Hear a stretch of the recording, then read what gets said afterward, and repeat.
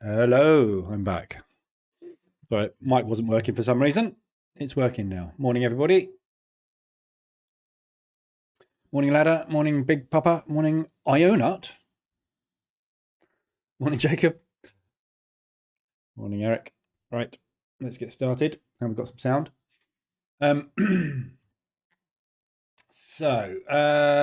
We have. Yesterday was quite interesting, wasn't it?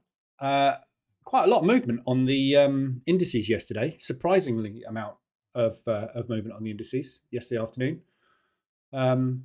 Actually, the opening range breakout EA did pretty damn well yesterday.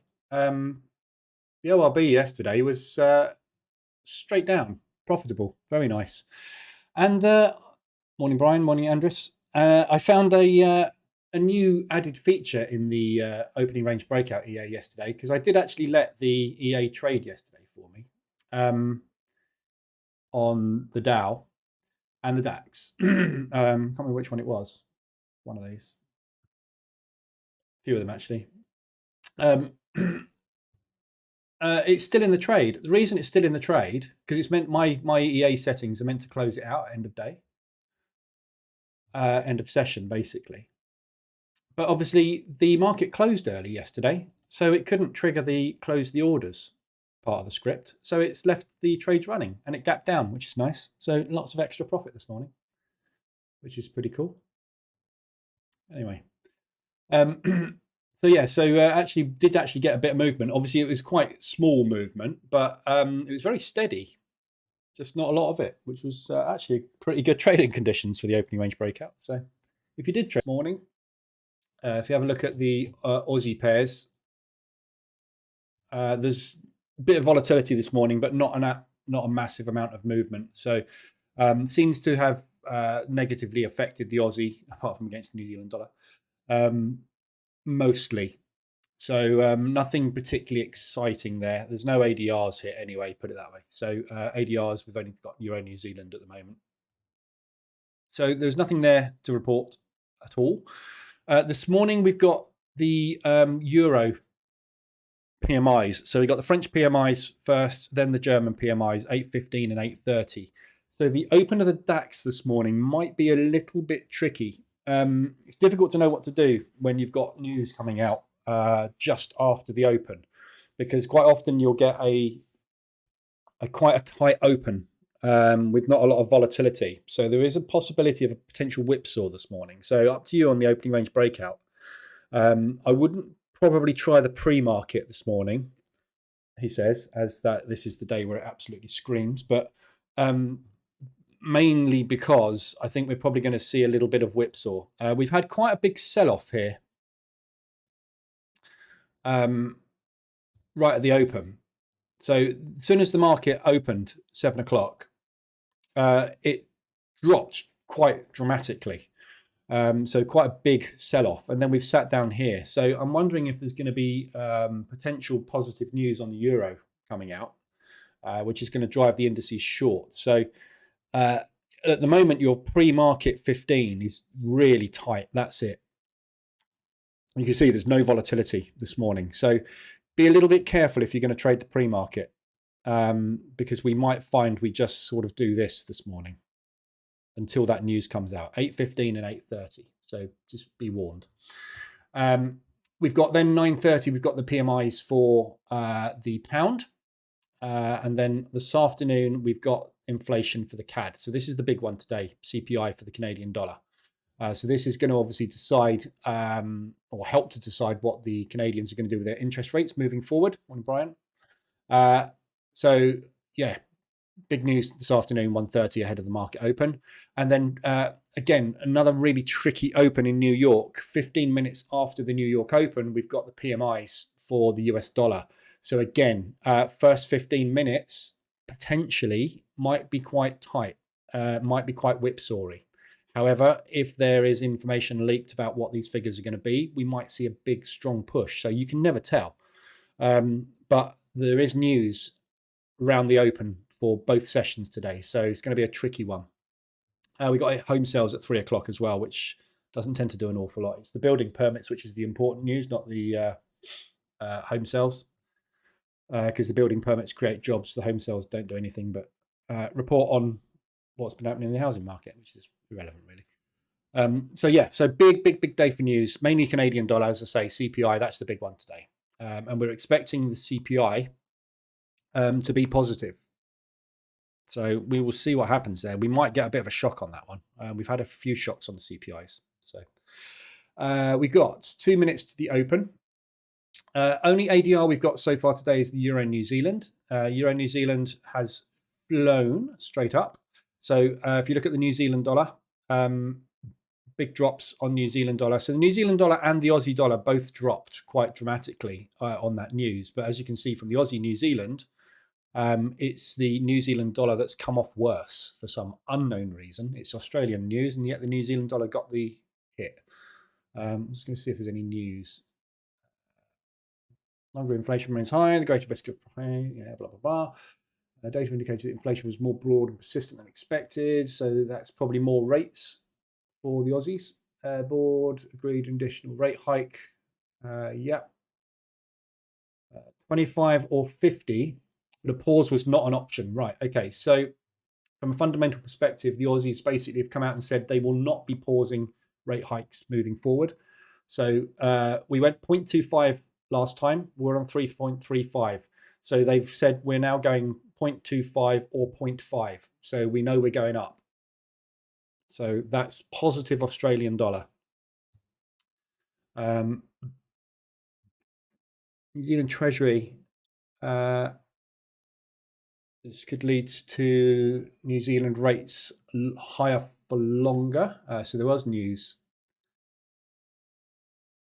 for the New Zealanders. PPI, we had PPI, that's why, look. 0.9 down, yeah. Okay. So that's why the New Zealand dollar came down overnight, more than the Aussie. Right. So let's have a quick look. So yeah, Euro New Zealand was one we're looking at. Okay, so market's just about to open. Okay, so your pre-market 15 now is actually a lot wider. And it's strongly dropping. This is going to be a tricky one this morning. 10 seconds to the open. Just watch this and then we'll have a look at the Euro New Zealand.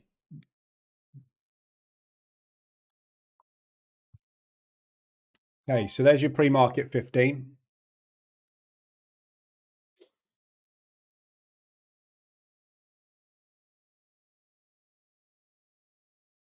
A fair bit of volatility. Morning, John.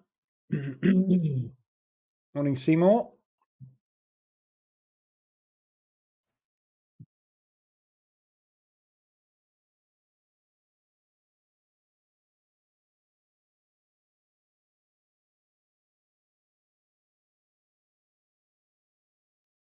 Okay, so if you're pre-market 15, you're short. Evening, Adrian. Always have to be different. Okay, so your pre-market 15 is triggered short.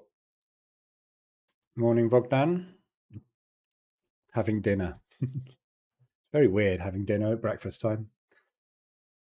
Morning, Diamond. Okay, so back in the range. So I'm trading the 5, 10, 15 this morning.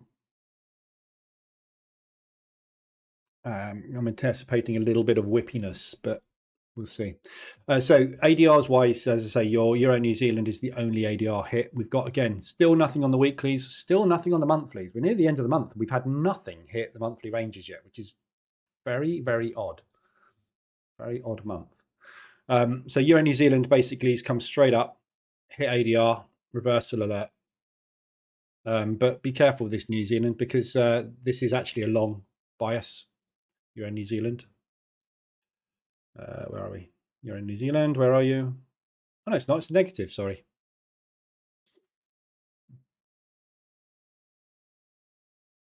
Oh, blimey. I thought that was a long. Oh, no, because New Zealand's strong on fundamentals, isn't it, at the moment? So, yeah. Yeah, so it's range bound, basically. But I'll just be careful of, we've obviously had news on it this morning. So we might get another leg up on that Euro New Zealand. although we have just come straight off of resistance as well there at ADR, look. So it looks like a pretty good reversal up there. DAX is taken out the highs. So if you're pre-market 15, you've been taken out of the short and you're now long.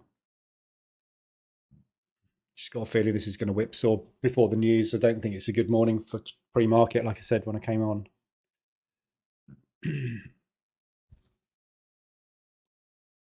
So we've got a fairly wide opening range there. So 5 minute is a decent range. It's good. RSIs, there's nothing much to look at on RSIs either. I'm just going to quickly go through these two, and then I'm just going to have a whiz through all the bias, I might just go through all the pairs this morning actually, and we'll look at the sentiment as well. Pound New Zealand, that is a RSI hit to the upside just about. So we looked at this one yesterday. Did anybody take this yesterday? Yeah, in the live room.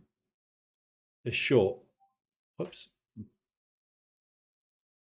So remember I said yesterday, forget a reversal alert here, that'd be a lovely short.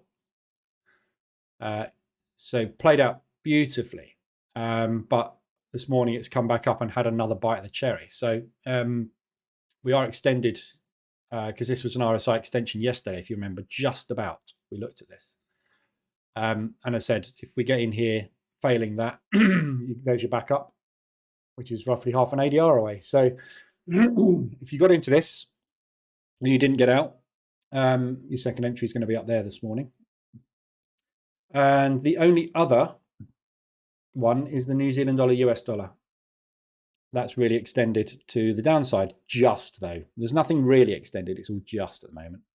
Adrian, Aussie, New Zealand. We'll have a look at that in a sec. So New Zealand dollar, US dollar, we've got this massive propulsion gap up there that we still haven't got back to yet. We've had a reverse alert and we're retesting, so potentially that might be a nice little long opportunity there. However, you're trying to beat the US dollar. Yeah, this is a -7 sell, so you want to be selling this, not buying it, which is why it's down here.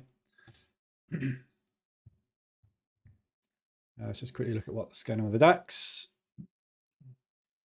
Yeah, nasty whipsaws this morning. I thought this might happen this morning. So there's your 5 minute opening range.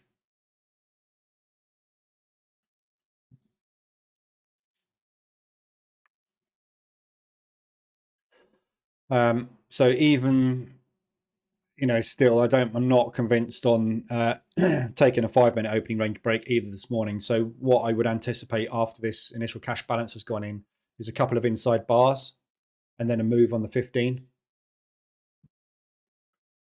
So we'll see if we get these inside bars. That would be perfect. If we can get 2 inside bars here, and then the news comes out at 8:15, they can start a move, but potentially the 8:30 news could reverse it. So tricky, very tricky this morning. It's going to be tricky this afternoon as well. We've got the same thing. It looks like we're going to break out actually.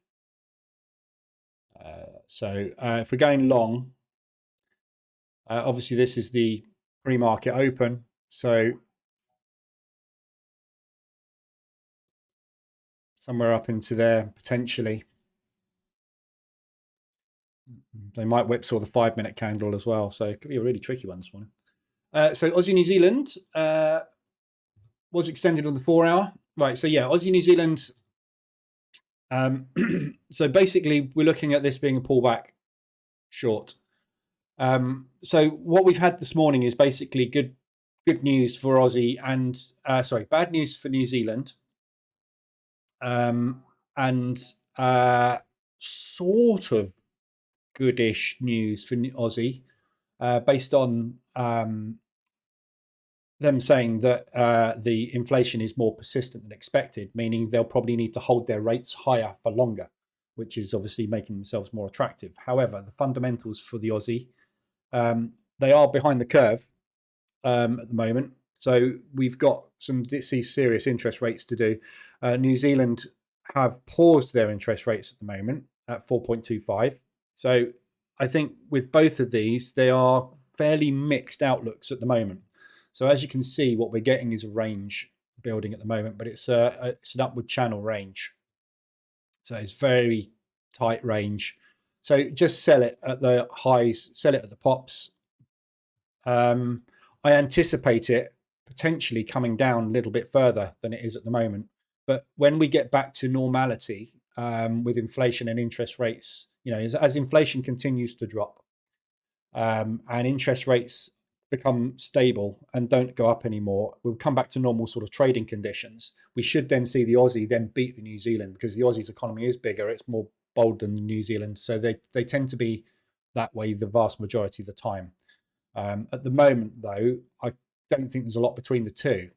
So if you look at the buyer scorecard for the Aussie New Zealand,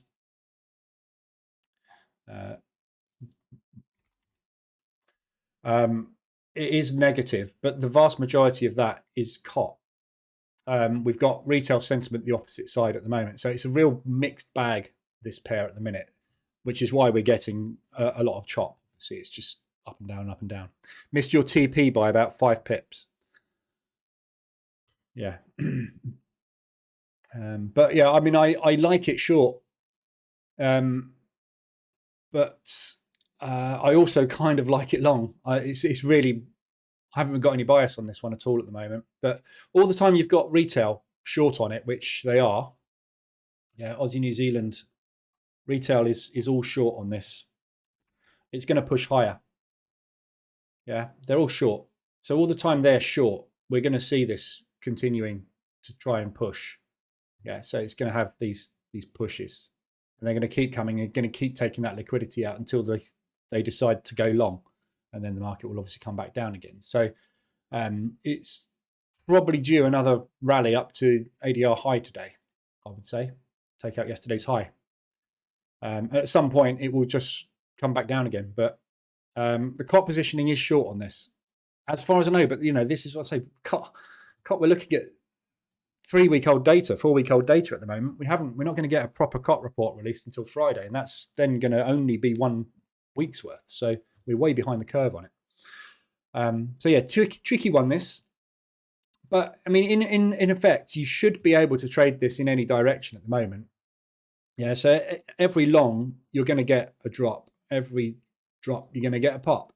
So it's just a case of when you get in there, scaling in and out. You've just got to scale in and out as normal, but I wouldn't get greedy with this. There's no real bias on it, so it's not a great one to be trading at the moment. It's a tricky one. DAX is pushing nicely. So there's your 10-minute opening range. There's your 10.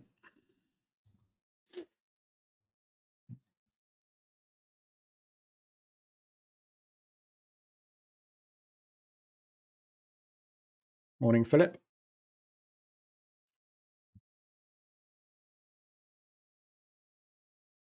So we've got 5 minutes to the news. So this is where I potentially think we may get some rejection. This is the open, and the open flushed really fast down for some reason this morning. So we know there's a lot of sells gone in at the open, so this may well be an area they try to protect. So I've reduced risk on this position already. So it's only a tiny loss on it if it does do that. Morning, Tom. Right. So that's all of your ADRs. Well, your ADR, there is only one, and all the RSIs covered. So I'm going to whiz through all the pairs today and have a look at them all. We'll have a look at the sentiment this morning. Whoops, and see what that's like. We've got 3 minutes until the news, so we'll just watch the DAX until the news comes out. And then obviously we've got 8:30, we've got the next batch. So the German one is the one that is really the important one, because the German economy makes up the majority of the Eurozone. So this is the more important of the two. And quite often we find that whatever the first one does, the second one tends to follow. So it will give us an indication really as to what we should do when we get the French ones coming out. But There's absolutely no clues this morning. We've literally tanked. We've popped straight back up to where the pre-market open was, and we're just sitting there now. So,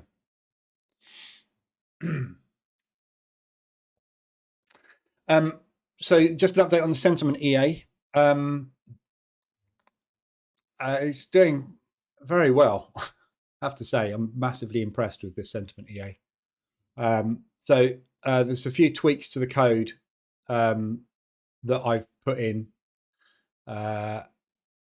So we now have yesterday's high and the previous day's high as levels to trade off of, as well as the weeklies, the weekly levels as well.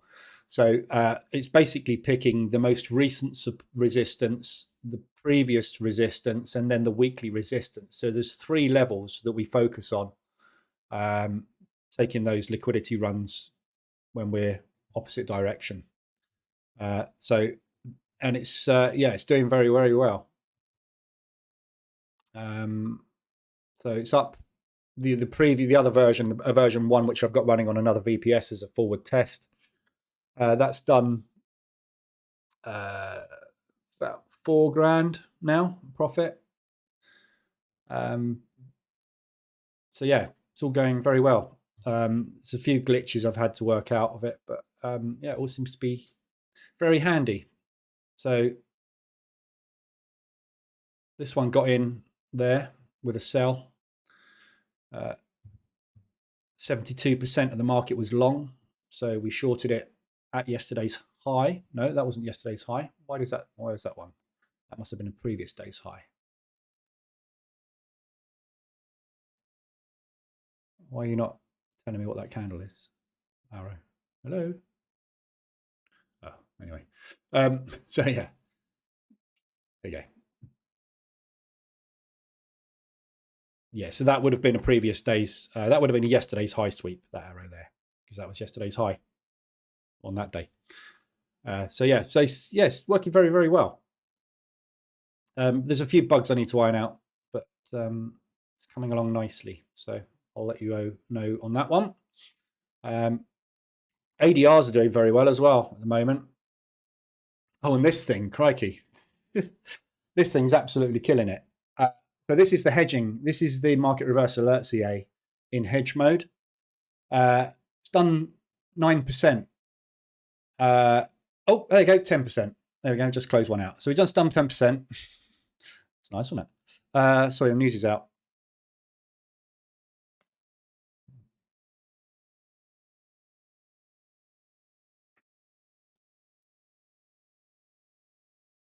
So that looks positive, positive euro by the looks of things.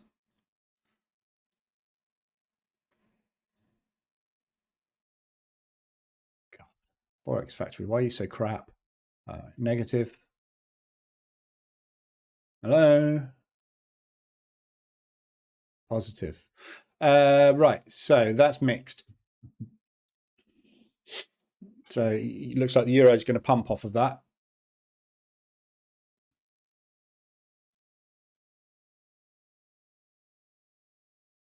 Although it's pulling down. Look at that spread. Ooh.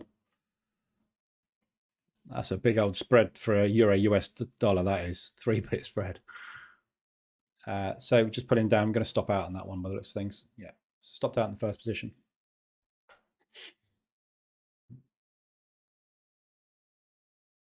One thing that worries me today is we're just going to do that off of all this news, and they're just going to accumulate positions.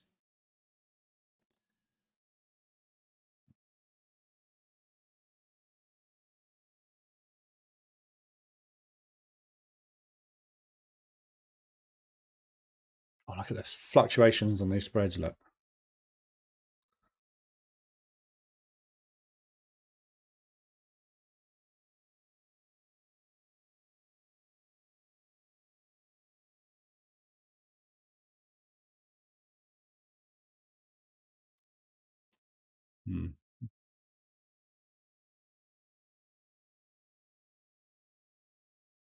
Not quite sure. It's not really a lot of impact off of that. literally just spiked up and took out the Asian high. So everybody in Asia has been liquidated. Okay, we're short DAX.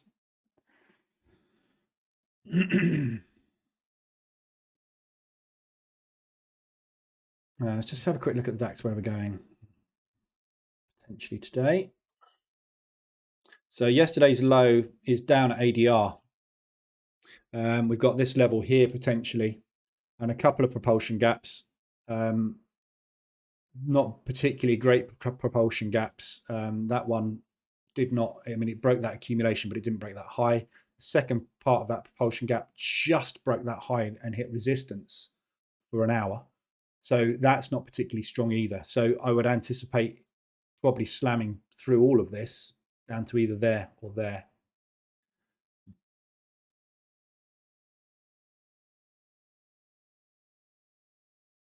We'll see where that goes.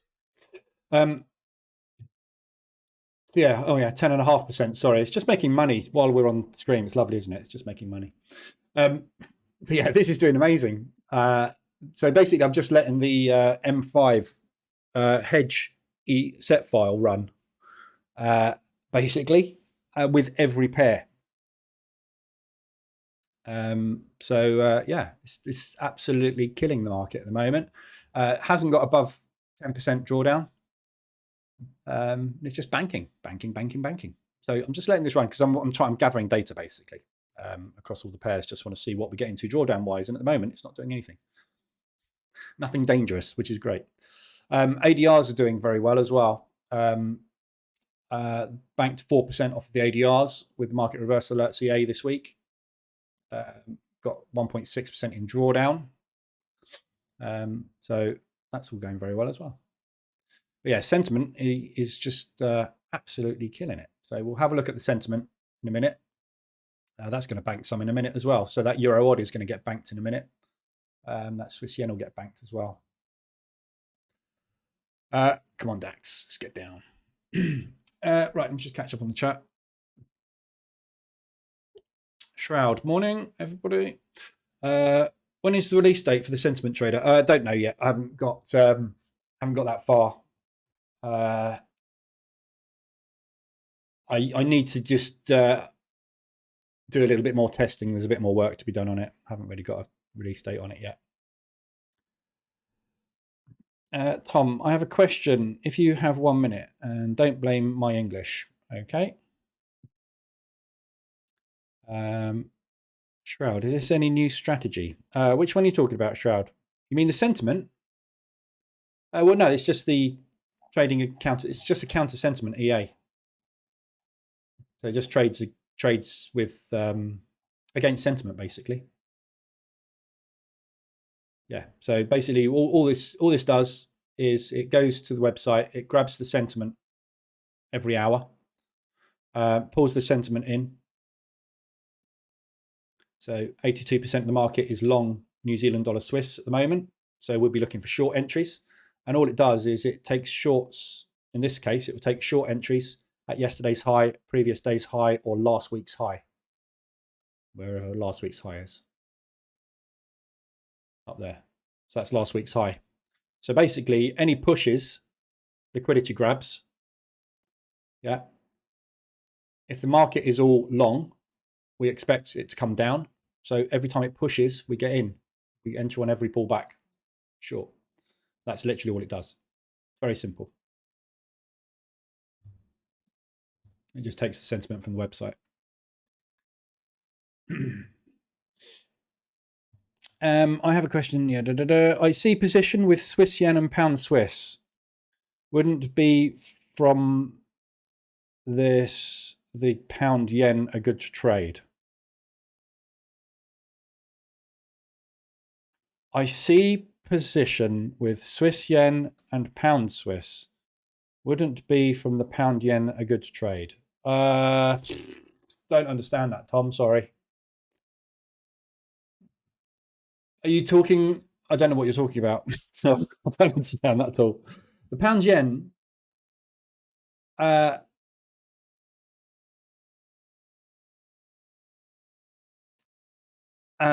mean, what I would do is go and have a look at the sentiment for a start.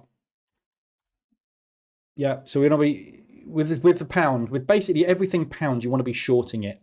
Pound yen is still a short as well. There's no cot bias. Retail sentiment is saying to long it at the moment, hence it's going up long at the moment this morning. Yeah. But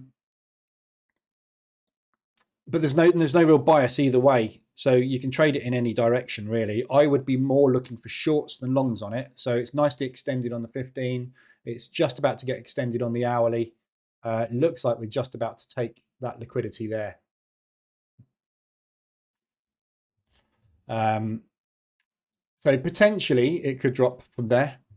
But I'd be much more inclined to short it based on intervention from the yen. That's just me though. Regarding the hedging portfolio you showed just now, is it run using the market reverse alerts? Yeah. So this is just basically trading the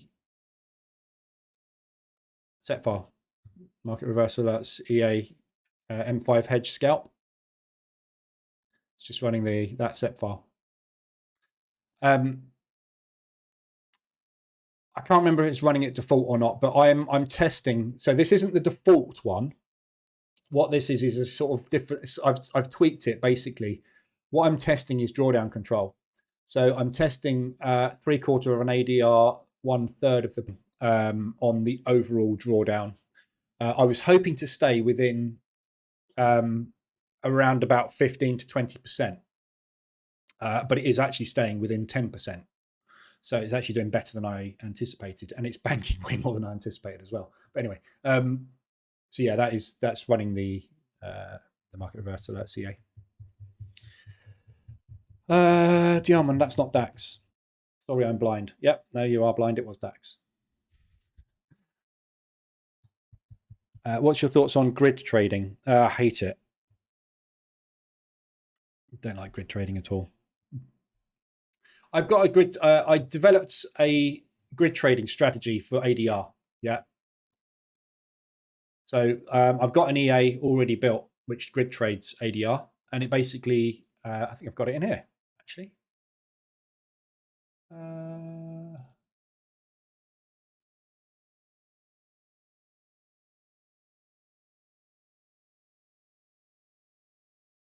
No, I haven't. No. I think it's in one of my other ones. But yeah, I've got a grid trading strategy. The trouble with grid trading is I had a grid trading strategy that does that. So basically it uses the ADR indicator and it places pending orders in a grid at the ADR levels. The problem is when you get a strong move or a news event that does that, all you're doing is you're literally getting into 4 or 5 positions straight into drawdown. Yeah, and then it goes like that and pop, and you're dead. So you need something to give you that sign of strength. So you need a condition. So this is the condition here is obviously the ADR extensions. You need a signal indicator to tell you when to get in, and it needs to be the price action like a bullish engulfing or something, or a hammer or something to tell you, right, there seems to be some buyers, let's enter with the buyers. And obviously what I use is the market reverse alert CA. So I use a market reverse alert. I'm going to stop out on that short as well. By those things. This is just whipsawing this morning. We've got 4 minutes till the next news.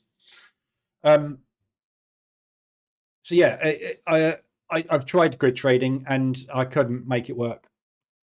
It's just all you're doing with grid trading is you're just entering positions. So there's no point in just entering positions.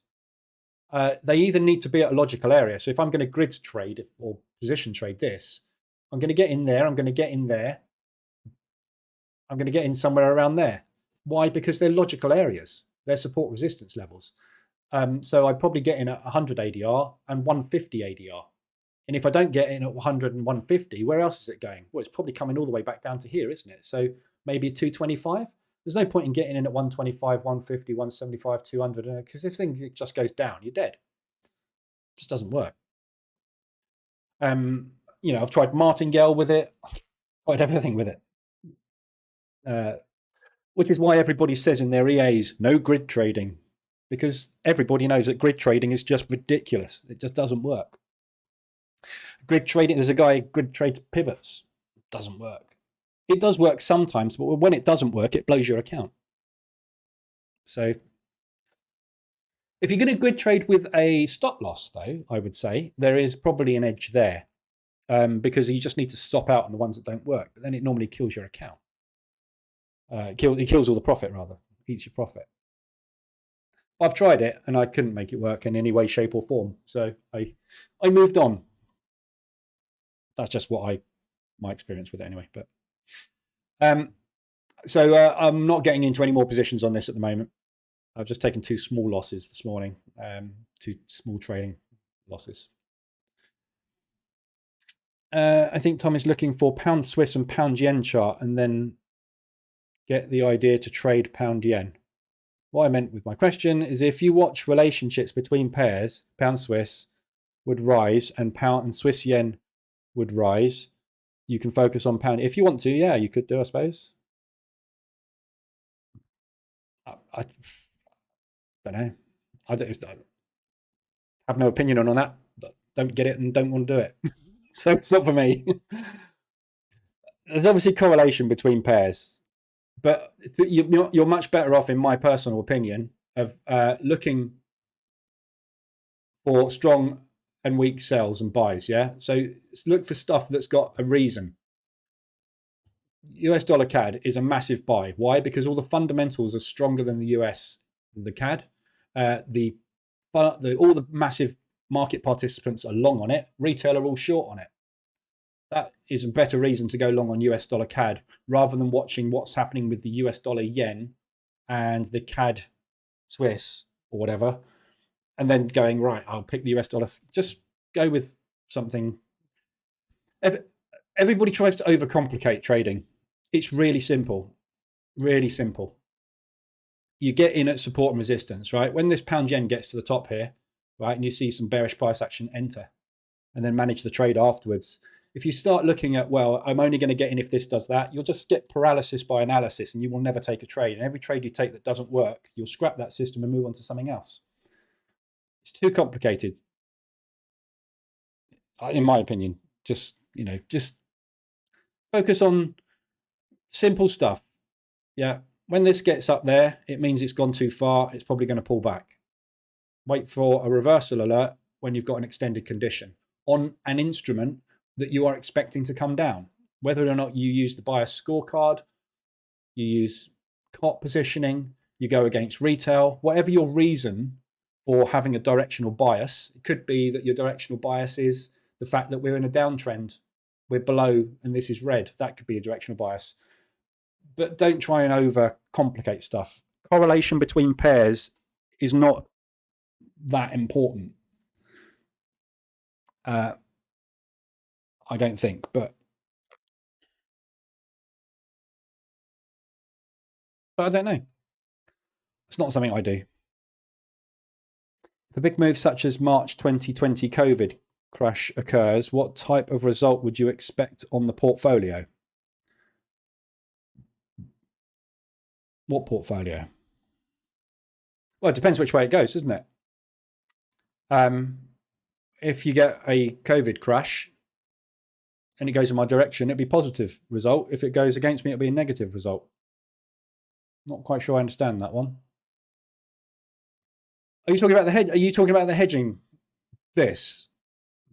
Yeah. So basically, what would happen here is, let's say, for example, stuff collapsed. I don't know, because some of it's hedging. The whole point of this strategy is, if it collapses, a load of these are going to make money, and a load of them are going to go into drawdown. The ones that go into drawdown will scale out. Yeah. The ones that don't go into drawdown will take profit. So I'll have a load of profit appear in here, and then all of a sudden a load of loss will appear in here. I have no idea what impact it will have long term, because unless you're going to tell me how far it's going to go. Is it going to go 300 ADR, 500 ADR? I don't know. But basically, this is going to scale out. And this is what I'm testing. I'm testing the drawdown control system. I'm trying to find out what the best drawdown control is from a hedging perspective, because I'm looking at hedging on higher time frames, basically on hourly and 4 hourly. So I'm doing a test on M5 across all pairs to give me an idea of how quickly I'll get scaled out of something at 0.75 ADR. So I'm just using M5 because everything's going to happen faster. It's going to get into trades faster. It's all speeded up. But, you could close this all now, right now. You could close the whole lot right now and walk away with 3% gain in a week, which is lovely. But that's what a lot of people do. They use this hedging set file. I find this too scary for me because this, although it banks regularly and it banks lovely, I find this really hard to keep track of. I know you would never trade with this many pairs. You would trade with a third of these at the most if you're going to use the hedging set file, and people do use the hedging set file a lot. But I wouldn't use that many pairs ordinarily. So,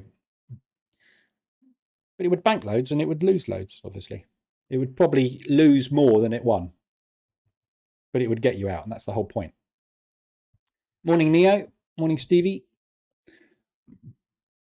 Franco, woke up to heavy movement. Excellent. We don't need to know about your toilet habits. It's a joke, by the way. Right, DAX is hovering in the middle. So as I suspected this morning, we are literally just whipsawing. We're going to need to wait for the 8:30 news, which has just come out, actually. We've just had news. Second part of the news doesn't look like it's particularly impactive. So yeah, it's similar sort of thing. One negative, one slightly positive. So no advantage or disadvantage on the euro there. Right, so the news is all out. So this can now go wherever it wants to. So as I said this morning, literally all we've done this morning is whipsaw, whipsaw, whipsaw, whipsaw. So not a good morning. This afternoon is going to be fairly similar potentially as well. So just be careful this afternoon. Right, let's have a whiz through all the pairs. So looking at sentiment. I still haven't fixed this.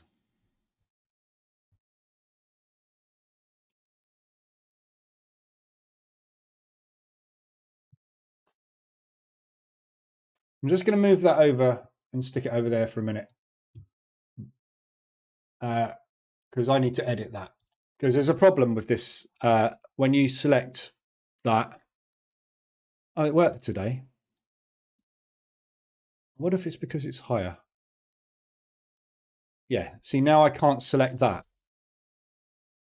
All right, so the solution basically is if you put it right down the bottom, when you do your selecting, you can select them all. Right, okay. There we go. Okay, so I've got to fix that. So I'm just going to put it up there to remind me to do it.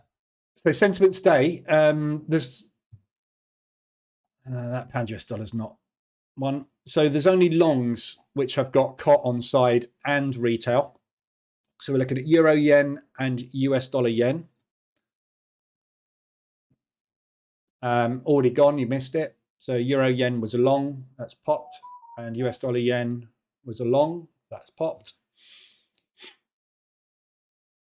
US dollar CAD as a long and euro CAD as a long. So that's pulling back at the moment, and euro CAD. That's pulling back. So these are potential long opportunities. So if you drop down to lower time frames, God, look at the mess that's made.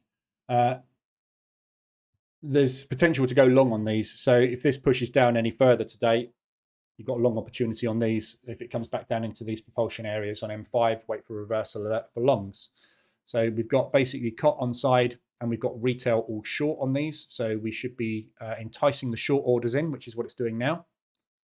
Everybody's putting their liquidity at there. We've got liquidity at yesterday's high. So they'll come up and they'll grab that liquidity at some point today. So good long opportunities there. There's nothing on the short side. So there's nothing that is in line with COT bias short. So we've got COT bias long there and a short, COT bias short and a long. So these kind of cancel each other out. Swiss yen is another long, but there's no COT bias with that at the moment. There's only retail on the Swiss yen. So that's a long opportunity. It's already going, missing it. We've got shorts. We've got everything against the Swiss. So Aussie, CAD, and pound Swiss. So the market is fully long the Swiss franc at the moment, or rather, it's long against the Swiss franc at the moment. So we need to go short on everything against the Swiss franc. So that's already gone. What was the other one? CAD Swiss. CAD Swiss? Yeah, CAD Swiss and pound Swiss. So CAD Swiss,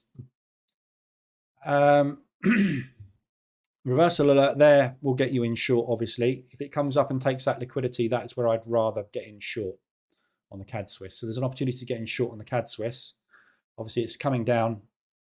Yeah, they're all long in it. So they're long in it, putting their liquidity there. Long in it, putting their liquidity there. Longing it, putting their liquidity there. Longing it, liquidity, liquidity. So it's just basically taking this systematically. So if we can push up, that'd be good to get into a short on. And also Aussie dollar Swiss, CAD Swiss, pound Swiss, wasn't it? Pound Swiss for shorts as well. So it's just pushed up and rejected the highs. That actually looks like a liquidity sweep to me on yesterday's high. So there's yesterday's high. What's your spread? 20. Yeah, so they've taken out yesterday's high liquidity with the spread. Might push up again though. So we're enticing shorts. Sorry, we're enticing longs at the moment. So we're trying to get everybody to go long on it.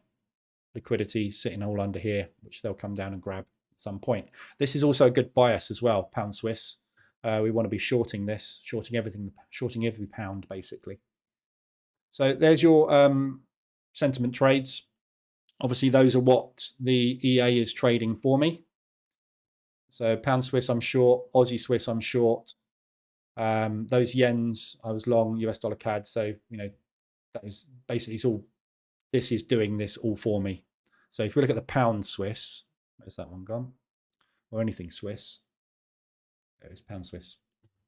So it's in a sell for me already here. Yeah, so we had just over 70% of the market long, and that was a sweep of the previous day's high. We've got the previous day's high there and yesterday's high there. So if this pushes against me, it will take a second position up at the previous day's high for me when it takes that liquidity. That's what it's doing. So those are all pretty good opportunities there. You've missed most of them because they've already started today. So Shroud, well, Lee himself manages WordPress. I am a programmer, you know. WordPress is easy. I used to run a web design company, so I build all my own website. I do everything myself. Until I'm busy, then I just farm it off on other people. Is it safe to enter into position trading even there is high impact news coming out shortly? Yeah. Absolutely. If news is the most, DAX is going short, by the way. How annoying is that? Just stop me out on that position. There, my short. I had a too tight trailer on it, unfortunately. So DAX is running to the downside. So looking at the DAX, it's, I said earlier where we're potentially going on this. So you want to be looking ADR, yesterday's low, or potentially that low there is another possible area. Other than that, a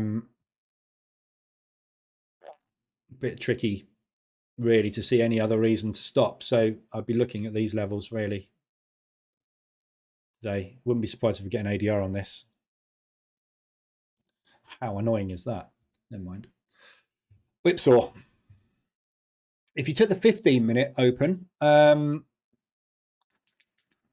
yeah, so the 15-minute, your short is that. So you would have gone short on that, assuming that you didn't have a tight trailer on. You're in this on the 15-minute. You would also be on the 10 if you didn't have a tight trailer. I had tight trailers on this morning on these. That's why I'm out. But because I was anticipating whipsaw, but you might still be short on those. So yeah, entering on news. Yeah, and enter a position trade. When you get into a position trade, regardless of what strategy you're using, if you're position trading, you want the news. The news is what moves the market. Yeah, this is look at this. Look at this thing. It's reacting now off the back of the news. This is what moves the market. You need news to move the market. I've just realised we're in a symmetrical triangle here as well. So just be aware that is likely. We might stop somewhere around here, that low. Yeah, so news is good. You know, a lot of people say, "Oh, I want to filter out the news. I don't want my EA to trade around the news." Da, da, da. Why? Why don't you want to make money when the market is moving at its fastest and most volatile? We need the market to move to make money. If the market's flatlines, we can't make a profit. Yeah. So when there's news, you know, everyone that says, "Oh, you can't trade around the news," and all these prop firms say you can't trade 2 minutes before the news or after the news. Why? That's where I make 99% of my monthly income. When the news comes out, the market moves. When the market moves, I make money. Yeah. So, yeah, position trade whenever you want to. But you're entering a position.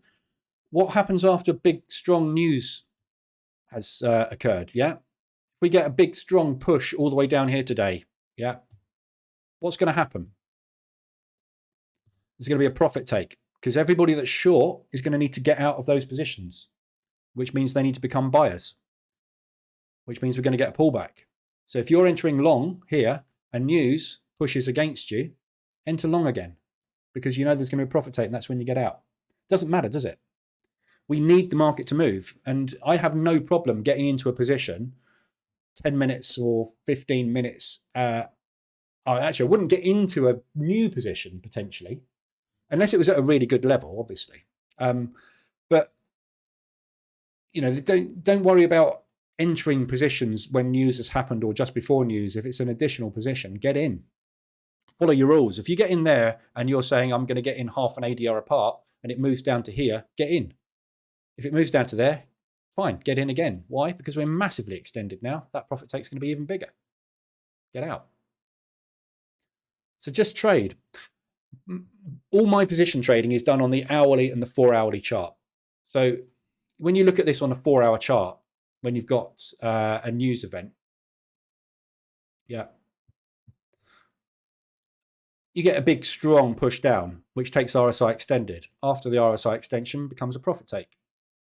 So it doesn't matter as long as if you're trading position trading on higher time frames, which is what you should be doing. You should be position trading H4, H1 ideally.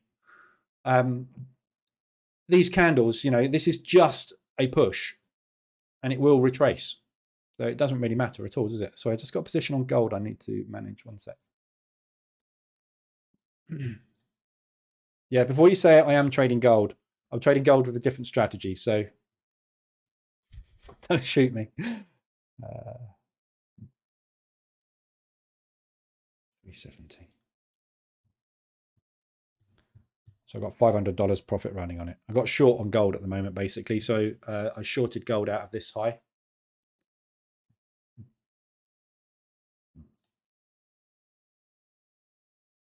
So I shorted in here. We're just coming down into this propulsion gap, so I'm just adjusting my stop top of that candle. So yeah, don't worry about news. If you're position trading, it's fine. Seymour, gold is my bread and butter. I know gold is a lot of people's bread and butter. It's just not my bread and butter. But I've got another strategy which I'm testing at the moment as well, which is literally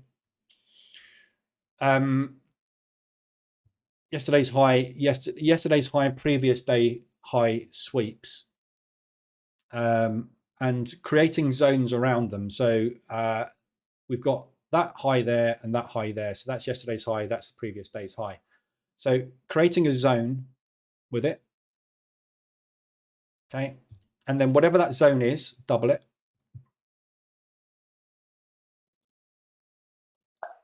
And when we enter that zone and reject out of that zone, a la there, take a short.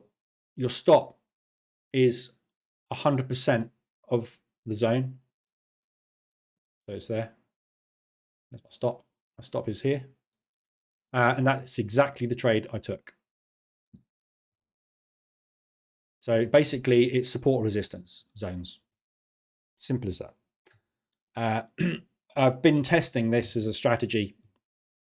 I initially started testing it with ADR as an ADR multiplier for stops, and then I did some visual back testing and basically decided that actually ADR isn't the best thing to use. The best thing to use is just whatever the zone is multiplied by 2.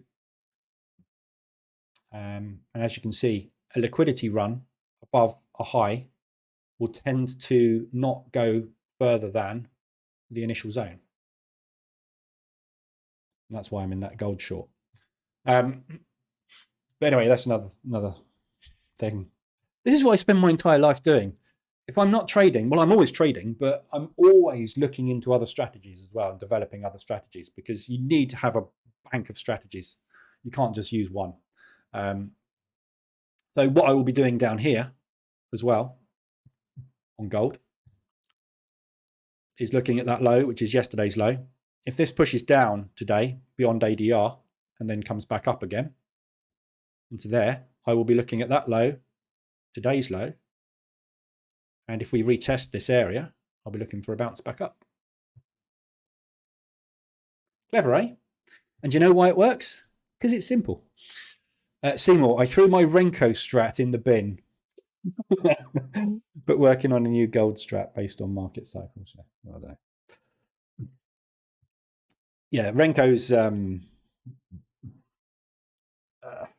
Don't know. I just couldn't get Renko working, like we said the other day in here. Renko's not. I don't think it's very good at all. It is Duplo candles. Right, so DAX. If you are short DAX, we are approaching ADR. So just be aware, you are about to hit yesterday's low and ADR. You're going to find limit orders there, guaranteed. In fact, you're going to find limit orders in this entire zone. So just be aware if you're short, you're entering a buy area at the minute. Should we listen to tick strike? I wonder if the S&P is doing the same thing. Let's have a look. Yeah, S&P is doing the same thing. Let me turn tick strike on. I doubt we're going to get a lot out of this, to be honest, because this is the Globex session. So I don't think we're going to get a massive amount of ticking, but we'll see. Might do. There we go. Sellers. It's all sellers at the minute. As we know, we can see it on the chart. It's all sellers. So we're just taking out that low on the S&P as well. Market's selling off really hard, isn't it? We just missed some news. No, this is just the S&P. So they're just waiting for the news. Russia discussing output cuts, proportions, oil output cuts.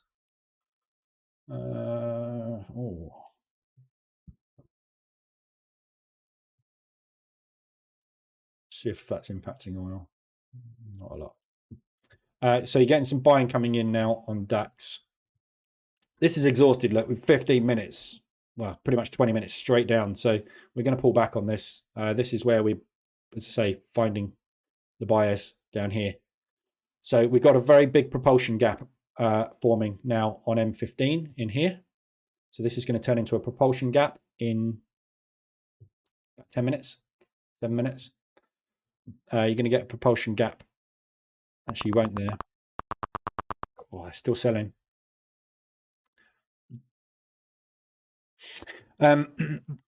Jacob, could you explain again how to set up a trailing stop in the OREA?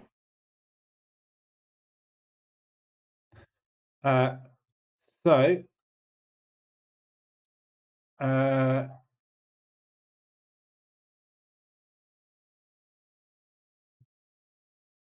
all you do, depending on how you want to trail.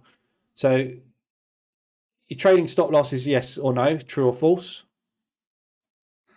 As default, it will trail stops by a pip amount. Yeah. And then you can say start trailing when we are 400 in profit, or 40 points in profit, trail by 40. Or if you have it set to 0, which is default, it will just start trailing straight away with 40 points. Or you can trail as a percentage of the opening range. Let me just turn text strike off because that's just going to get annoying. If you set this to 75, for example, that will trail at 75% of the opening range. So if your opening range is, let's say, 40 points, and you set that to 75, it will trail at 30 points. That's basically it. And then the Titan trailer, when the profit target is reached, what that does is when you get to your profit target, whatever you've set, daily profit target, which is $1,500 in this case, it will automatically tighten the stop to whatever you put in there. So the idea being is, like with the DAX today, yeah. So you have a really nice strong breakout and you're trailing here, for example, when you get down to here.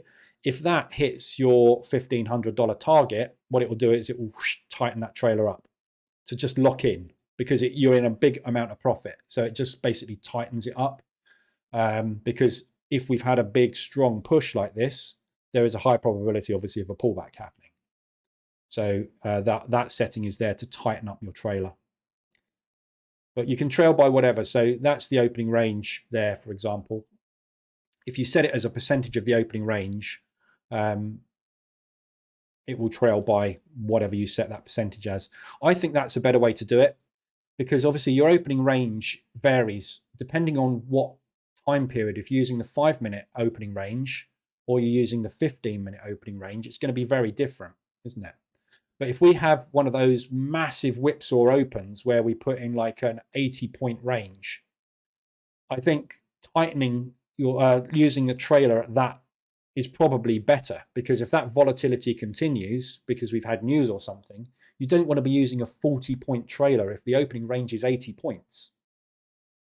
It's better to use a percentage of whatever the volatility is at the moment. I tried to use ATR as a trailing stop variable when I was developing the EA. And the problem with ATR is always a look back. So for example, that's our 5-minute opening range today. When I was using ATR, I was using an ATR 5 and an ATR 10. What I'm looking at is what is the range before the break. That's totally irrelevant, because we know that the volatility doubles, trebles, or quadruples even when we get the opening range cash balance going. So you can't use that.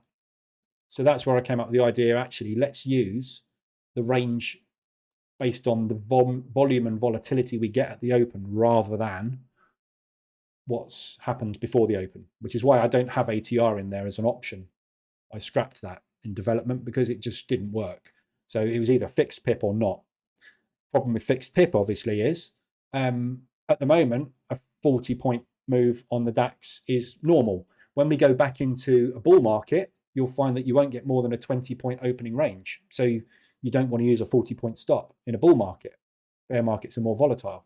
So when we have a bear volatile market, you want higher trailers, higher stops, and everything, higher targets. So using percentage of opening ranges, in my opinion, probably the best thing to use. Because if you have a really quiet, small open, if it does that, for example, and then does that, and then does that at the open, yeah, we've got very small opening range, we've got low volatility. So you don't want a 40-point trailer when the thing's doing that, because it's going to be absolutely miles away. That could be the full range of movement for the day. So using a percentage of that, I think, is a better way to do it. So with regards to the EA, you'd use, just set that to true, and then set that to whatever. 100% of the opening range is a good thing to use. And that you don't have to worry about that, because if basically that is, if that's set to 0, it uses pips. If that has not got anything but 0 in it, it will use that as default.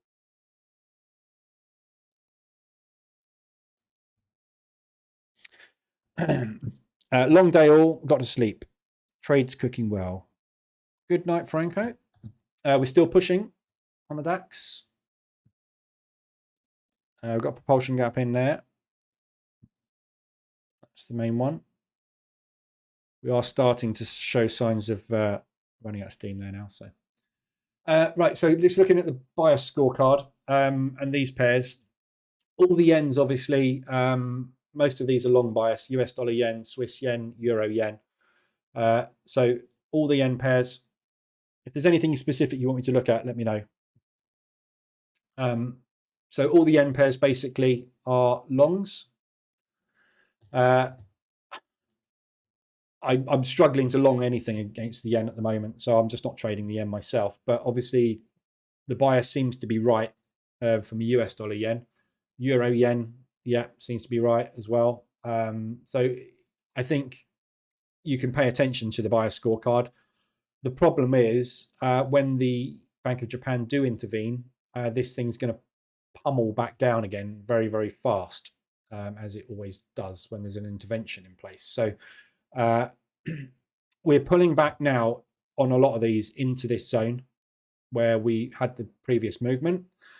So I suspect we will get to the point where we will get another intervention coming soon. So just be a bit careful if you're going to take longs against these yen pairs. So there's your propulsion gap there.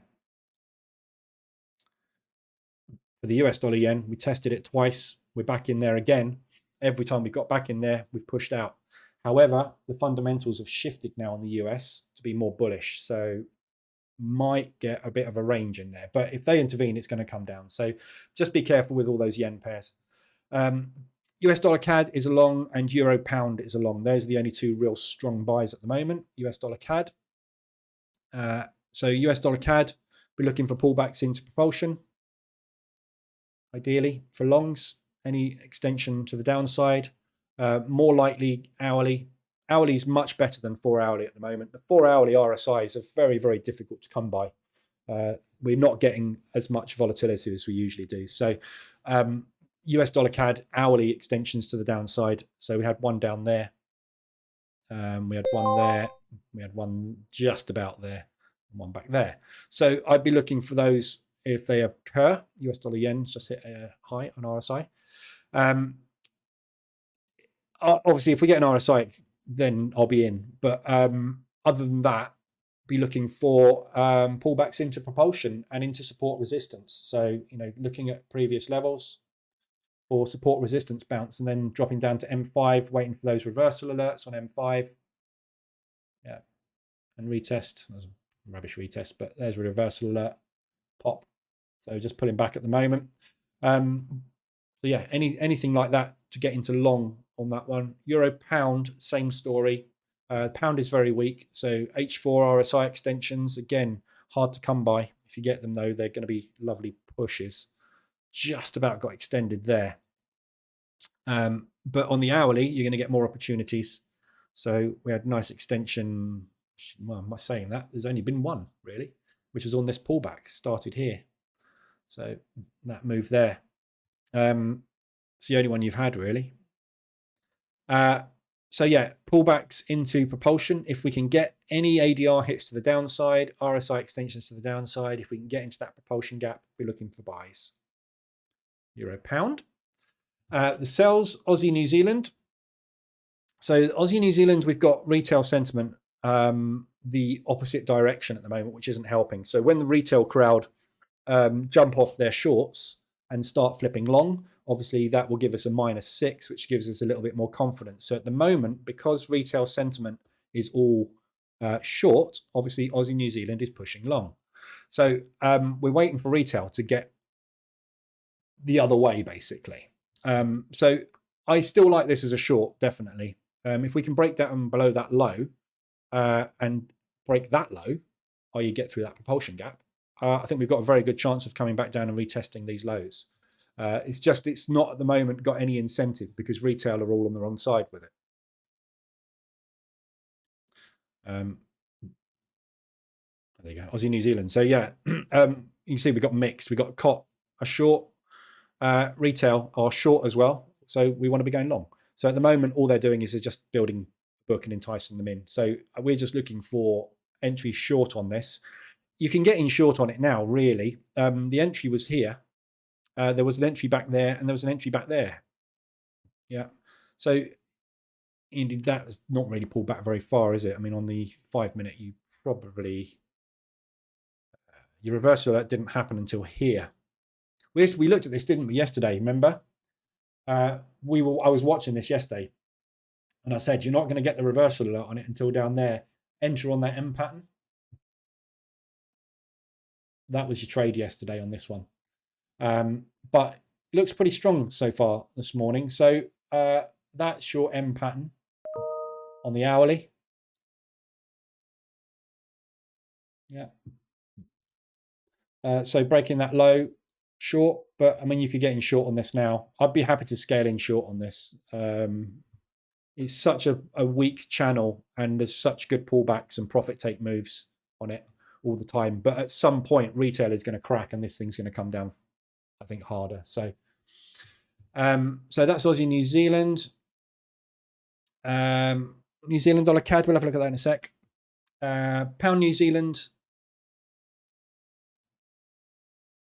as another short. So again, this one we just took out the highs yesterday. There was your trade yesterday, which we looked at again on the stream. That works beautifully. We're rejecting the highs again out of this propulsion gap at the moment, but this one is a lovely short, Pound New Zealand. Again, we've got no retail at the moment. COT is all short as far as we know, and fundamentals are all short. So like that's a short. So again, wait for M5 reversal alert. You're not going to get it till there. This is very much the same as yesterday's on the Aussie New Zealand look. There's your M pattern. Reversal alert's too far away because of the speed of that movement off the New Zealand dollar. So yeah, getting in short anytime now, really. Just taking out the liquidity at the highs. Looks good. So I just want to quickly check on my gold trade. We just got a big rejection candle on gold, but it seems to be holding. So there's Pound New Zealand. So I'll be looking for that one.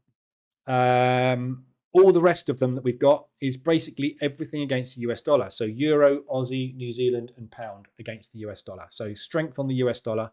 Everything is pointing down. Euro US dollar is the only one that hasn't got a COT bias. So basically the market has a neutral bias on this because they are long the euro and long the US dollar, which they cancel each other out. So there's no bias from a fundamental, from a futures positioning perspective. But I would be looking for this to be coming down on US dollar strength. And again, we've got US dollar news this afternoon, which could potentially get in on that one. So yeah, like this as a short still. The thing that concerns me is this orphaned propulsion gap up here. Whenever you get a big propulsion gap like that that's orphaned, it's slightly worrying because you know the market wants to come back and retest that. We've got one previous as well. So that's FOMC. That is the unemployment figures, which were very, very unexpected, which was obviously massively bullish US. So when you get and this is what, when I use the terminology of fundamental shift, this is what I'm referring to. When we get a piece of news, ADR hit on DAX, by the way, just if you're DAX. Oh, all right. ADR hit on my Forex funds, not an ADR hit on Robo Forex because my timings are slightly different. My opens are different. So that is a ADR hit on my Forex funds if you're trading with them.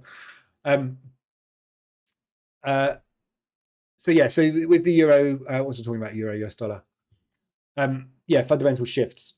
So when you get a piece of news that comes out, which is a key leading indicator, which is all of these key fundamentals, your interest rates, your inflation, your GDP figures, and your unemployment.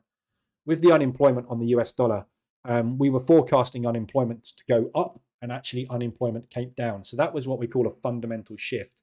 That was a market has priced in the fact that unemployment is going to rise. What do you mean it's come down? Okay, we're the wrong side. Shift. They flip. And that's exactly what happened there. That was a flip where you get a lot of strength off the back of it. So we had a 3-day rally off the back of the unemployment figures because the market was expecting unemployment to go up. As interest rates go up, unemployment goes up. Unemployment came down and interest rates went up. Not normal.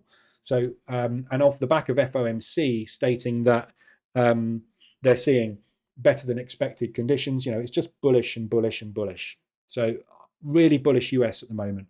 But obviously you can see this is just doing this at the minute because the euro is also bullish. So when you get a bullish instrument against a bullish instrument, you get an accumulation, a sideways movement, a range, because there's no fundamental bias in either direction. But this is short overall. So, the US dollar is winning out against the euro. The thing that worries me about this is if we have a slight weakening on the US dollar, I think the euro is going to be able to push really hard against it, because you can see it's holding its own here quite nicely. So I'd be interested in shorts on this, but I will not take a short unless we're extended on RSI. And ideally, I'd like to be 4-hour extended. I don't think we'll get there on the 4-hour. I don't think it'll have the strength. But so that's your euro US dollar. Aussie dollar US dollar and New Zealand dollar US dollar. Only take one of these because they will both move very similarly, the Aussie and the New Zealand. So either of them you can take as shorts. If you need an opportunity to get in short, obviously we need an ADR hit to the upside and then a reversal alert. We need an RSI extension to the upside and a reversal alert either on the 4-hour or on the 1-hour. So at the moment, you're not going to get any signals on that. There was a signal on that yesterday to go short. There. Yeah, so I had an RSI extension to the upside on that yesterday. M5. Your reversal alert yesterday on M5 was I mean, it was in this, somewhere in this crap here. It was just, that was the candle that formed the high. Oh, actually, no, sorry, it wasn't. There's your high there. So there was your reversal alert there. That was your reversal alert yesterday in there. So that was your signal. You've missed it. The other shorts were Euro US dollar, Aussie, New Zealand, covered the pound New Zealand, so it's the pound US dollar. So again, pound fundamentally weak, very fundamentally weak. US dollar very fundamentally strong. Just every pop, take the drop, basically. So we're stuck sideways on it at the minute. Any hourly RSI extensions, so your entry was on Friday last week on this one. Didn't go anywhere yesterday. Obviously, it was bank holiday in the US. And it's starting to roll over today. But again, that's what worries me. I would much rather they come up and sort that before, because basically, as you can see here, propulsion gaps of this size, very rarely they don't get tested. This is a fairly decent one as well. I would expect this to get tested. So what I'm looking for is an RSI extension to the upside in that propulsion gap at ADR for a short. That's the perfect shot on this one. If it can get there. Yeah, the 4-hour propulsion in there somewhere. Back testing the 24. So that's what I'd be looking for, ideally, if we can get there. But it could just come down. But if it comes down, I'd be worried about a bounce play back up to there. However, it's all driven by fundamentals, and we've got the PMIs this afternoon. So if this comes out as positive, don't forget the CAD as well. This CPI figure on the CAD is going to affect the US dollar as well. These guys are very strong trade partners, US dollar and CAD. So what goes with one goes with the other. So if we get decent news there, we've got an ADR hit now, I think, on the DAX. There you go, there's your ADR hit. So get out the DAX for you now. This thing's shot. So yeah, it's a difficult one. Right now, where we are, that high, that low, we're bang in the middle. It's just could go anywhere, couldn't it?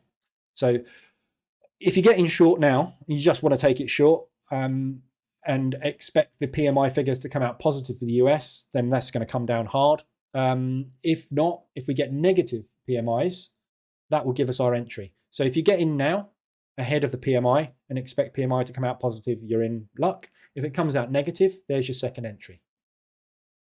Yeah. PMIs are going to have to come out really, really, really bad for it to change the outlook on the US dollar. Yeah, it's going to have to be really bad figures. You know, PMIs historically has been pretty bad. So, you know, there is a higher probability of that potentially happening, isn't there? But everything else has been positive on the US, isn't it? So it's a tricky one. But again, you know, this is what I say, ahead of news. So if you're going to get in on this, you've had a 5-minute reversal alert on it. Where's the last reversal alert on that? Oh, it's here. Sorry, yeah. Yeah. So yeah, I mean, it's in a nasty range at the moment. That's why we're getting reversal alert after reversal alert. But your M15 was up there yesterday. If you get in now, it's absolutely fine, because all you're going to do is add a second propulsion. And if it gets up to there, just wait for the drop. So it looks pretty good. New Zealand dollar CAD, someone wanted to look at. John. So New Zealand dollar CAD.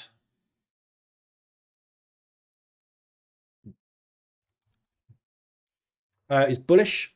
So it's a buy at the moment. Got to take this with a pinch of salt at the moment, because I really do not know what the cop positioning is. We've had delays from the CFTC for now 3 weeks. We don't know what the actual cop positioning is, but last time we got updated, it was a long. And retail sentiment is currently saying you should be longing it as well. Fundamentals, however, are mixed on this, so it's neutral. So it's bullish against bullish. So it's a slight buy, New Zealand dollar CAD.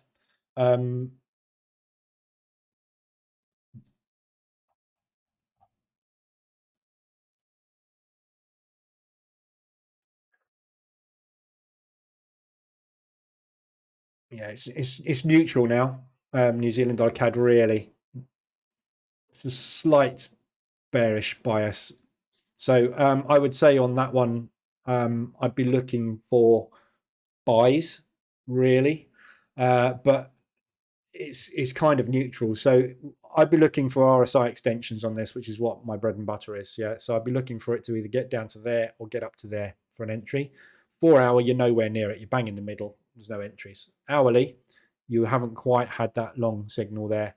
So as you can see, we are what, 1, 2, 3, 4, pretty much 4 days sideways now on this. So there's your low. So if we come down to ADR today, we take out yesterday's low, I'd long it. Other than that, there is potential for a short opportunity up there, but you're right in the middle at the minute. So there's no entry either way on that. But again, yeah, this worries me. When we get strength like this off of fundamental news, it's difficult to know whether or not they will come back. So sometimes these large propulsion gaps get orphaned, what I call an orphan propulsion gap, where we just don't ever come back and test it. And the reason being is because the fundamental shift is so strong that the market physically can never get there. And what you end up is institutions just taking losses on their books because they can't get back there. There's too many sellers on board, so you just can't get back to it at all. However, a lot of the times we do find they do come back to those large propulsion gaps. There isn't one on this one, but so that worries me when I see a big propulsion gap like that, because it's a good week or so it'll take to get back up to that. If you look at all the yen pairs, when you get these big propulsion moves, yeah, there's an orphaned one there. Look. Although that was tested, so we did test that a couple of times. But these big ones, very rarely you'll find they won't get tested. So we're coming down there at some point, but we probably have to go there first. But I don't know. If we get there, go there. If we get there, go there. Yeah, it's just difficult to tell which way it's going to go. So New Zealand dollar CAD is hard because I've got no real bias on it, long or short. There's good propulsion gaps to the upside, but all the propulsion gaps to the upside have been tested. Look, that one tested. That one, tested. That one hasn't. So I'd say we're probably going to come up to there today. We're just testing this one at the minute. So difficult. I can't really, don't know on that. I'd be slightly more long than short. But you've just missed the entry this morning on M5. Oh, no, you haven't. Literally just got a reversal on M5. Oh, no, you haven't. Sorry, it's just updated my chart. I was going to say that's a bit tight. Got some weird gap in my data for some reason. Anyway, yeah. If it comes back and retests, potentially. But, you know, whatever you're going to do with this today, the whole thing is going to shift at 1:30 this afternoon when the CPI figures come out. So basically, whatever you're doing right now, you're gambling 50-50 on whether or not this thing's going to go flying to the upside or flying to the downside. Yeah, because the CPI figures are coming out at 1:30. So at 1:30, this thing is going to go parabolic to ADR in one direction or the other. Don't know which. Yeah, so if you're going to take a CAD trade today, you're literally, you know, let's say you've just taken that reversal alert retest long. Beautiful W. You're in profit. So if this thing gets up to there by 1 o'clock, break even. Because if that is going to do that, you want to be out. If it's going to do that, happy days. Don't use a TP. Yeah. So one thing on anything you're trading when there's news coming out, remove your TP. If this thing gets CPI figures, which are like massively unexpected, and we get a superhuman pop to 225 ADR, which is not unheard of when you get fundamental shifts. Yeah, pop. What's that one? So ADR is 65 on this. That's 110. So it's nearly 200% ADR. Yeah. If you set your TP there, you're missing all of that. Set your TP there if you want to set a TP. Same with the short. Yeah, if it flies, if you're short on it and it flies down to there, break even. Just let it run. Because you could have a multi-day run ahead of you. Didn't in this case, it came straight back up and tested the propulsion gap. Then it ran. But, yeah. Papa, I entered Aussie New Zealand yesterday and hit TP. Cool. Yeah, that was a nice entry that was yesterday. It's a lovely M pattern. Just didn't get the reverse alert. Do you mean if CAD is positive, US dollar will be positive too? Yeah. Often they move together. So if you look at the US dollar Swiss, for example, that spike. So look at these spikes on US dollar Swiss. We've got a big spike down there. We've got a big spike down there. We've got a big spike up there. Yeah. If you look at CAD Swiss, yeah, we've got the big spike down there. We've got the big spike up there. Yeah, they will move very similarly because the US dollar and the US and the Canadian are huge trade partners. So what happens in one country, and they have cross country workers as well. So what happens in one country with inflation will affect the trade deals and the amount of profit and expenditure and everything from the other country as well. Same with Aussie New Zealand. They are the same. So when you see something pump really hard on the Australian dollar, the New Zealand dollar will tend to pump with it. Because they're close trade partners. It used to be the same with the euro pound. It's not anymore because we're not in euro anymore. Not in we've Brexited, haven't we? So yeah, that's what tends to happen. So you'll find the US dollar will shift this afternoon with the CPI figures on the CAD as well. But you'll see these big strong pushes. So that's last Friday. I don't know what was last Friday before last. What was that?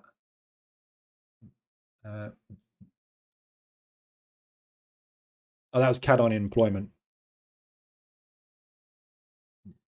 That last Friday.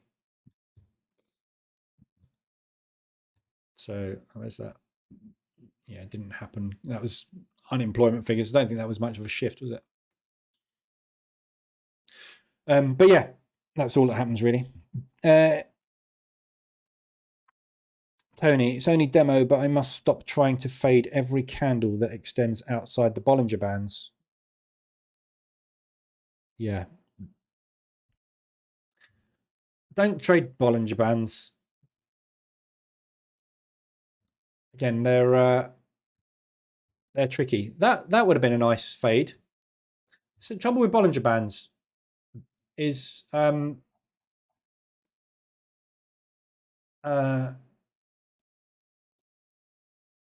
green. Let's go black. Yeah. So there's your entry long. Every time you trade a Bollinger Band propulsion candle, you're trading against a steam train, basically. This is the period where you get killed. When I've got a Bollinger Band strategy, which is I've got an EA for it actually.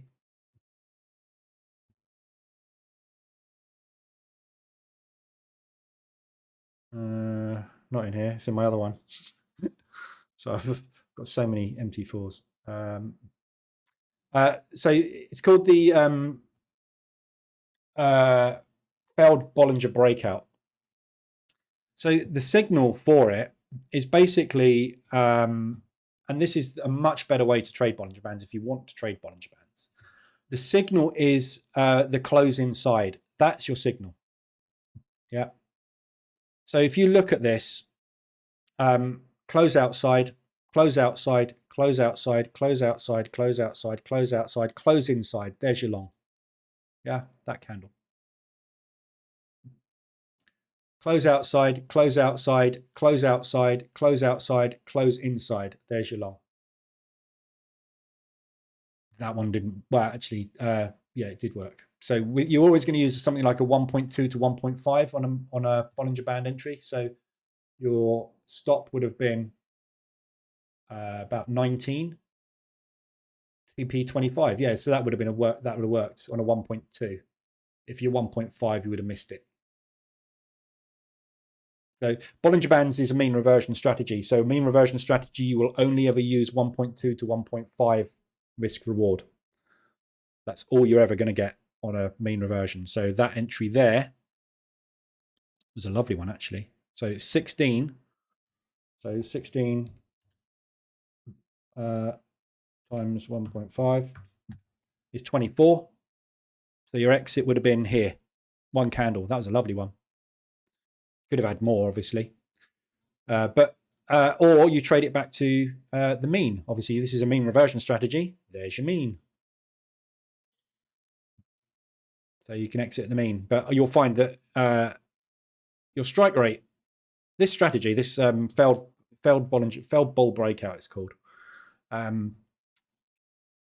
Strike rate is around about 65% on a 1.2. But you've got to get in when you close inside the Bollinger Bands. And what you find a lot of the time is you'll miss entries on it because the close inside the Bollinger Band is that. Yeah. And then your stop loss would go there. So let's say this is your entry candle. This one was outside. There's your entry. There's your stop. Your 1.2 is beyond the mean, or 1.5 is beyond the mean. So you can't take the trade. It's a great strategy, Bollinger. Failed Bollinger breakouts, but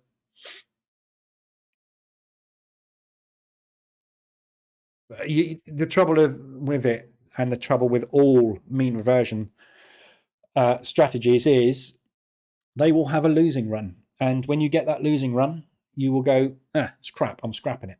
And you'll move on to something else. Because when you have 5 Bollinger breakouts fail in a row, and you've lost 5% of your account, you will have no faith whatsoever in that strategy, and you'll scrap it and you'll move on. It is actually a good strategy. If you backtest it over a long period of time, it has got an edge. It does work.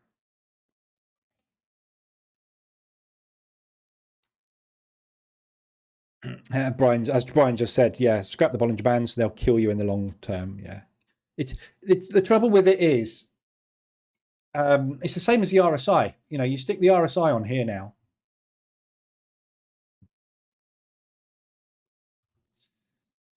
The RSI told you to go long.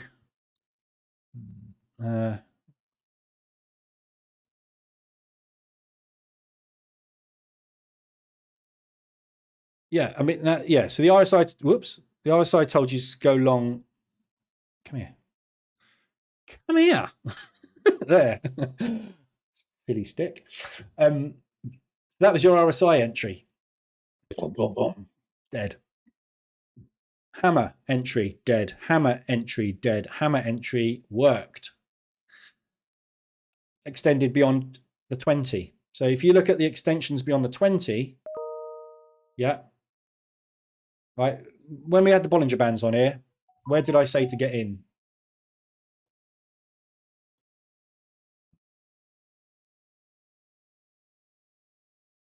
So it's that candle there. Yeah. So I missed that. Bollinger Bands. Look, RSI. You could have got in there on the RSI, which is extended beyond the 20, which would be that candle there. So my Bollinger Band entry got me in 2 candles later. RSI extension beyond 20 there is the same candle as the Bollinger Band close inside. You know, this is what I mean. When I say in here, and I say it virtually every day, don't I? Every indicator is telling you the same thing in a different way. There's your proof. The RSI extension on 80 is the same as the Bollinger Band close inside entry. Yeah, so many strategies are all doing the same thing.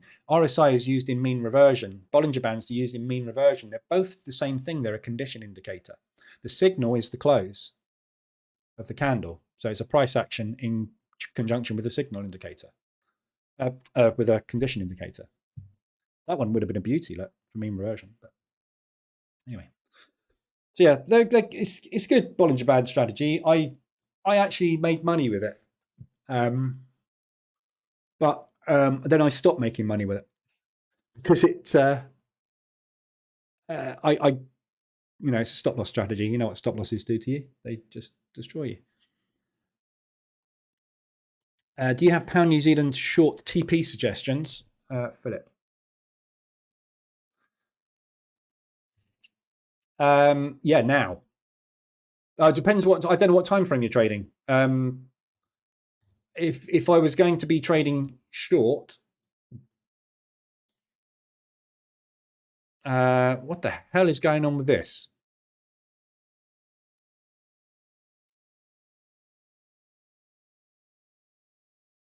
Oh, there's PMIs on pound. Sorry, there we go. Missed that, didn't we? 9:30. Oh, went on a week. PMI's just come out on the pound. Positive. Ooh, something positive for the pound at last. Yeah, sorry, a bit late on this one, aren't we? I was going to say that would be my TP on it based on the propulsion on the hourly. Not a great propulsion gap, but that would have been it on an intraday basis. Longer term, good chance of coming down and testing that. I doubt the pound will actually get any strength off of this. They'll probably just come and take liquidity or just hit ADR and then drop back down into this range again. By any chance, have you ever looked at Euro ZAR and US dollar ZAR? No. Don't trade exotics. That BB exhaustion trick can go hand in hand with the RSI exhaustion. Yes. Just showed you that, didn't I? I messed with a BB strat and reversed the signals by giving it a negative deviation. It actually made some money, but wasn't sustainable. No. So the trouble with all strategies on low time frames is you'll find they will all have a high failure rate at some point and have a high losing streak at some point because you're trading chop. M5 is chop. Yeah, even the market reversal indicator on M5. Yeah, it's, we just had a signal to go short. Admittedly, this is a bad one this morning because it's huge moves. But, you're trading chop and a news event or a large order can easily invalidate it. Whereas when you're trading higher time frames, you're going to hold your trades for much longer. The signals are much more valid. So if you stick Bollinger Bands on the hourly chart, yeah, there's your entry, there's your stop, there's your mean. In fact, on an hourly, I'd probably use actually the lower of the candle rather than the low of the swing, because if it's going to work, it's going to work, isn't it? So that one pulled back to there. This is your entry now, potentially on DAX to go long. But yeah, I mean, you're going to find it's so you're looking at this entry here. So there's your extension outside the Bollingers, closed outside, closed inside, short. That one stopped out. That didn't really close outside, did it? There, closed outside, closed inside, long, stop loss. That one worked. Close outside, or that's a gap. So I'm not sure you would have taken that, would you? So that one worked. That one didn't. That one did. That one did. That one is 26 minutes away from a signal yet. So you get, but you know, it's like everything. You get much less signals, but I've got a what 70?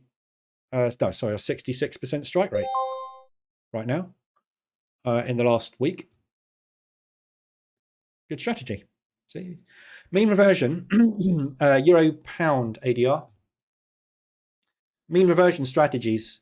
You should be looking somewhere between a 60 to an 80% strike rate on mean reversion.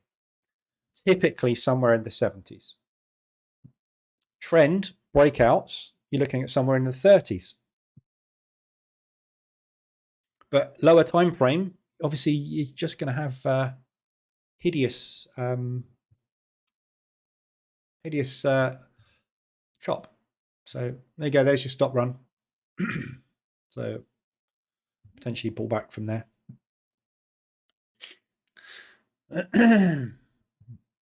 Same as the crap D.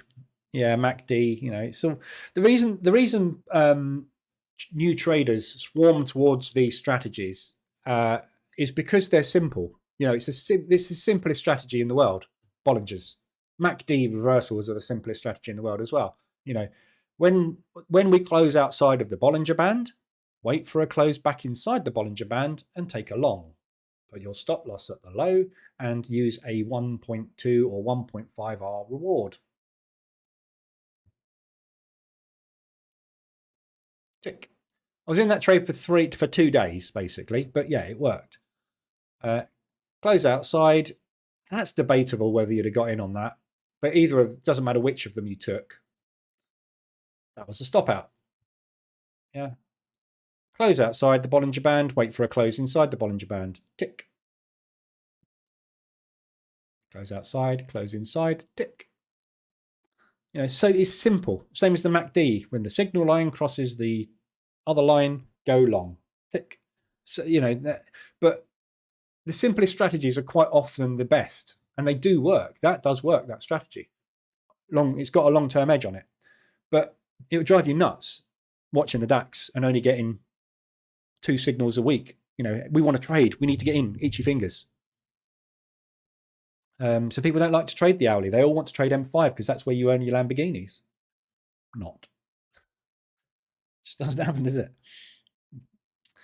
Tony, yes. I mean, it's just hit my TP, but it won't always play out that way.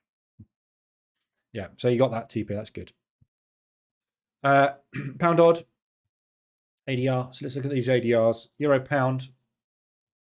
So that's a good entry for euro pound.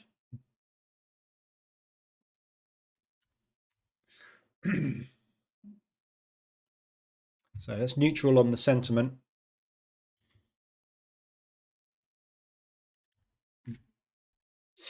It's a buy. But again, this is all based on COT. I don't want to listen to this at the minute because I really don't know what the COT figures are. It's horrible not having the COT figures. I feel like I'm trading in the dark. So when we were talking earlier about propulsion, big propulsion gaps, yeah, and how they virtually always get tested. Yeah.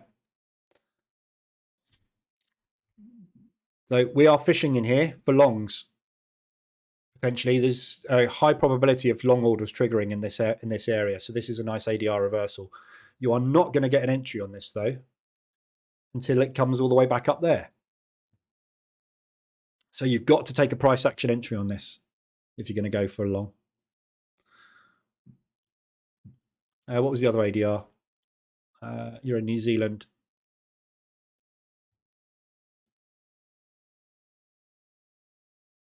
You're in New Zealand? No, sorry, it's another pound, wasn't it? Looking at the wrong one. Pound odd.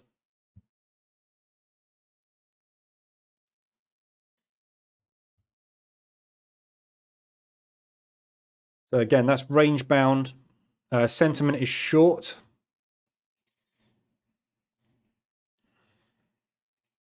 So 61% of the market is long on that one at the moment.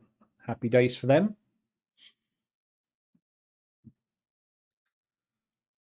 They'll be entering longs with liquidity under there.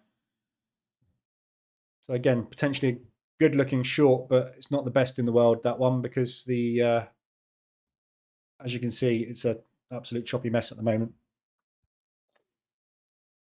I'll be much more inclined to take it from that level. If we get 125 ADR, that'd be a nice entry. Take that liquidity. We've then got a backup at 175 ADR. So get in there. If that fails, get in there and get out when it comes down. Could get in there. So 3 entries. They're either going to do that, they're going to do that, or they're going to do that. No one knows which. Take your pick. You either get in with 1 position, 2 positions, or 3 positions.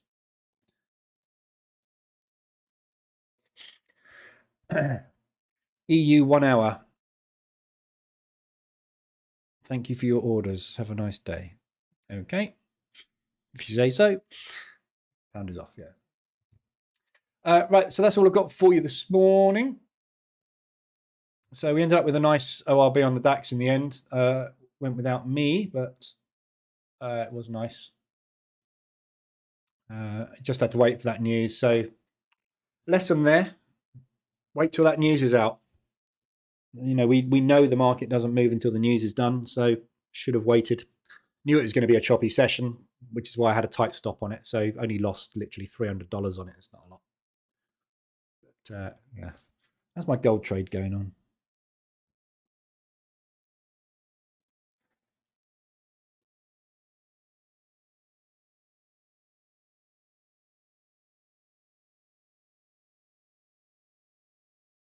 I'm out of it. How much did I get on that? $700. Very nice. So I'm out of that gold.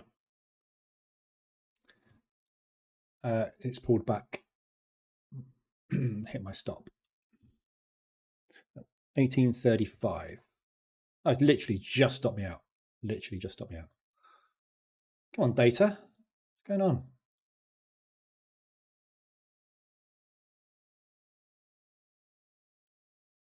Oh, data problem. I've just entered a long on the euro pound as well.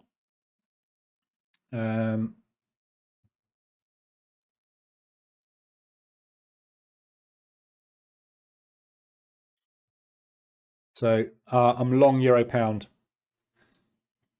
That was on a slightly different strategy, basically, which I'm testing, which is I've got a stop loss. Where's my stop loss? Euro pound. Stop loss is at 18.8140, which is roughly there. Yeah. So that low there, 150 ADR. So my stop loss is just under that, really. So basically, I'm playing a propulsion gap bounce. So I'm going to see if that will work. I don't think this pound is going to find a lot of strength off of this news.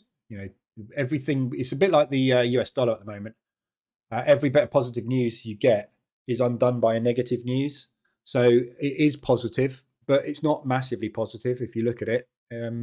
It's a little bit better, which is great.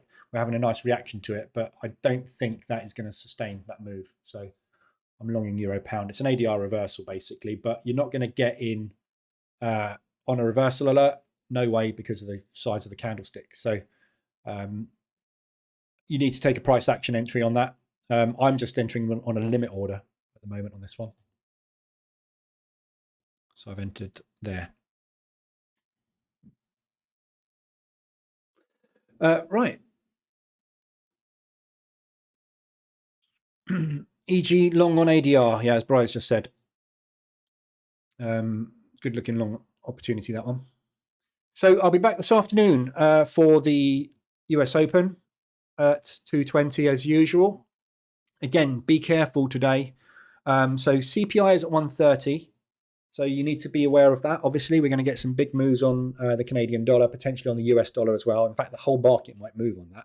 Depends what the figures come out as. If it's a massive win or a massive loss for the CAD, we might find a lot of shifting of currency all over the place. So see what happens. But it might come out as expected. We get absolutely nothing. You know, it's the news. You can't tell what's going to happen, but be aware if you're in any CAD positions. Then we've got 2:45, 15 minutes after the New York Open. We've got the PMIs.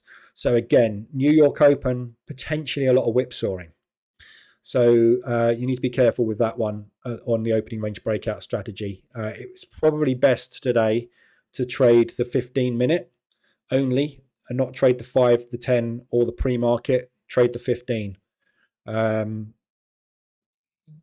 Because I get a feeling we're going to get a similar thing to this morning, which is a bit of a whipsaw. Or if you're going to trade the pre-market or the 5, 10, 15 strategy, use a tight stop on it so that you're trailing tight,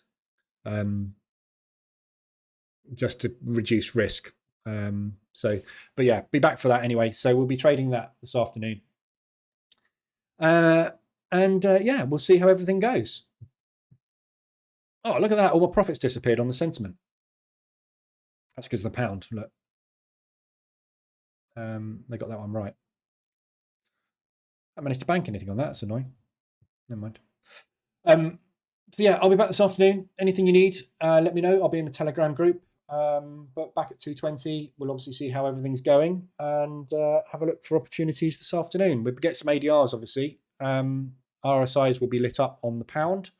So there's lots of opportunities for pound positions today. So good news on the pound means obviously a strong pound, but overall, fundamentally, it's weak. So these are all potentially setting up for good entries now on the pounds. So have a look at all of these. If we get any further extensions on them, down to the 150s, 175s by the end of today, there'll probably be very good opportunities for scalps, obviously, but also for longer term trades as well. But I get the feeling we might have this back up here by New York, but we'll see.